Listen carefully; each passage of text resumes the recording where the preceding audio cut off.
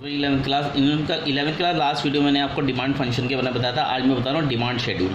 Demand schedule क्या था? Demand schedule is the tabular statements showing the various quantity of commodity being the determinated at various level of price, यानी हर एक price के level पर demand में क्या effect पड़ेगा उसे एक न्यूमेरिकल पोर्शन में शो करना, एक टेबल में शो करने को हम डिमांड शेड्यूल कहते हैं। तो डिमांड शेड्यूल कैसे बनता है देखिए, यहाँ इंडिविजुअल डिमांड शेड्यूल पहले हम बनाते हैं। Individual demand schedules refer to tabular statement showing various quantity of a commodity that a consumer are willing to buy of various level of price during a given period। Individual demand schedule में आपका price क्या है? Price कितना था? 5 rupees और quantity कितनी थी? 1। Price कम होता जा रहा है, क्वांटिटी बढ़ती जा रही है। देखिए प्राइस कम होता जा रहा है, क्वांटिटी बढ़ती जा रही है। तो इंडिविजुअल डिमांड प्राइस पे मेन इफेक्ट डालता है, मेन फंक्शन उसका प्राइस का ही होता है। तो प्राइस अगर बढ़ता जाएगा डिमांड कमती जाए, प्राइस कमता जाए डिमांड बढ़ती चली जाएगी। ठीक है। नेक्स्ट है मार्केट डिमांड का शेड्यूल हम बनाएं। मार्केट डिमांड का शेड्यूल हम बनाते हैं। मार्केट डिमांड में हमने प्राइस लिया 5 4 3 2 1। अब मार्केट डिमांड में इंडिविजुअल डिमांड क्या है? Household A, household B, यानी दो हैं, एक परिवार ए ले लिया, एक परिवार बी ले लिया। ए परिवार में प्राइस 1 था तो हमने एक परिवार ने 1 यूज़ किया, फिर 2 3 4 5 6 7 8 5 तक हो गया, यानी प्राइस कम होते जा रहे हैं, क्वांटिटी बढ़ती जा रही है। इस तरह से यहाँ भी प्राइस क्वांटिटी बढ़ती है। तो इन दोनों परिवार के अगर मैं डिमांड को प्लस कर दूँ, दोनों परिवार की डिमांड को प्लस करते हैं तो मार्केट डिमांड आ गई। इस तरह से 2 के अलावा 100 परिवारों 1000 परिवारों तो मार्केट में इफेक्ट डालते हैं, उन सबको ऐड कर दिया जाता है। इंडिविजुअल डिमांड को जोड़कर जो हमारा इफेक्ट आता है वो मार्केट डिमांड कहलाता है। क्लियर हो गया? मे भी क्लियर हो गया होगा। हर एक व्यक्ति की अलग अलग इंडिविजुअल डिमांड को जोड़ दिया जाए तो पूरी मार्केट की डिमांड बन जाती है। तो ये हमने इस तरह से कैलकुलेट कर लिया। दो परिवार की हमने इंडिविजुअल डिमांड को प्लस करके मार्केट की डिमांड को फाइंड आउट कर लिया और इसे एक शेड्यूल में शो कर दिया। इसे कहते हैं डिमांड शेड्यूल। अब हम सीखेंगे डिमांड कर्व के बारे में। जैसे मैंने कर्व बनाना है, पीपीएफ कर्व, पीपीसी कर्व, ये बनाना सिखाया था। इसी तरह से एक डिमांड कर्व होता है। डिमांड कर्व और द ग्राफिकल रिप्रेजेंटेशन शो करता है डिमांड के शेड्यूल को। It is the log of the all point of showing various quantity of a commodity that is consumer willing to buy various level a price desire giving the period assume the, यानी एक curve में show करना, हर एक level price पर एक curve में show करना, उसे हम क्या कहते हैं? डिमांड कर्व कहते हैं। क्या कहते हैं? Demand curve. तो सबसे पहले हम सीखेंगे individual demand curve. Individual demand curve refer to the graphical representation individual demand schedules.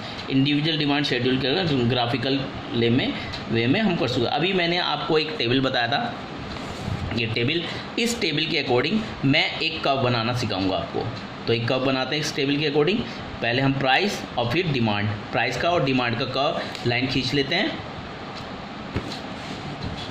तो ये हम बनाते हैं।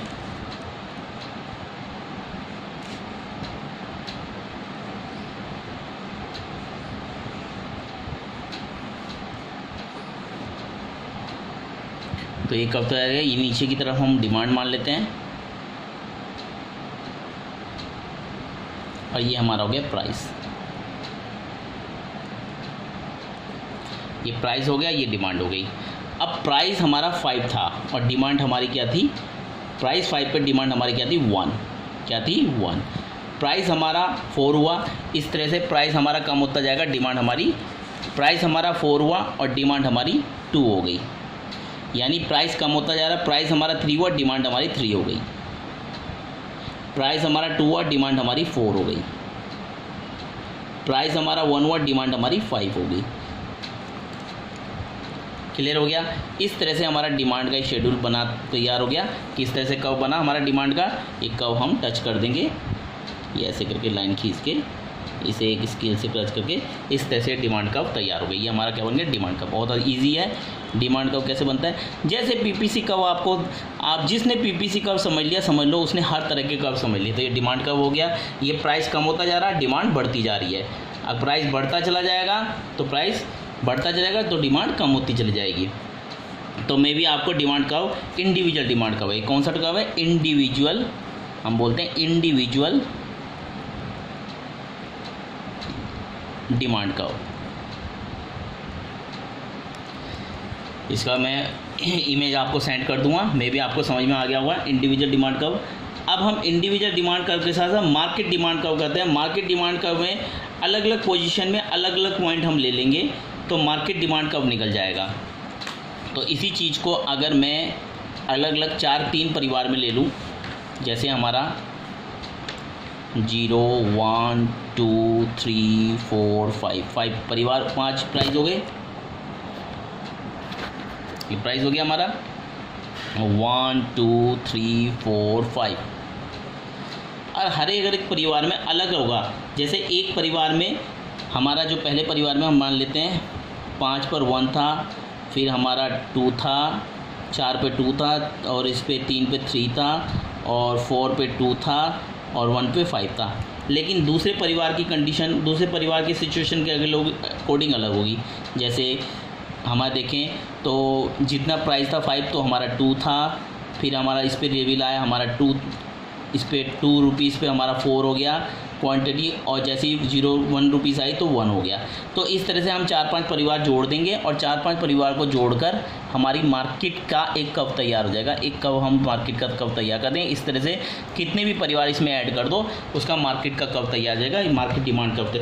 यानी इंडिविजुअल डिमांड के इसी तरह की लाइन अलग अलग सिचुएशन में अलग अलग जोड़ने के बाद मार्केट डिमांड कंप्लीट हो जाती है कि मार्केट डिमांड का कर्व कैसे तैयार होता है। यानी बहुत सारे परिवारों को जब इंडिविजुअल डिमांड को जोड़ दिया जाता है तो मार्केट डिमांड कंप्लीट हो जाती है। इसी तरह से मार्केट कर्व भी, डिमांड कर्व भी बनकर तैयार हो जाता है। मे भी आपको समझ में आ गया होगा, इसे नोट डाउन कर लीजिएगा। ठीक है, कल हम बताएंगे लॉ ऑफ डिमांड, किस तरह से लॉ ऑफ डिमांड कैलकुलेट की जाती है, लॉ ऑफ डिमांड का कैसे कैलकुलेशन की जाती है, क्या लॉ ऑफ डिमांड है, क्या रूल्स हैं। ठीक है, बाय 11th क्लास।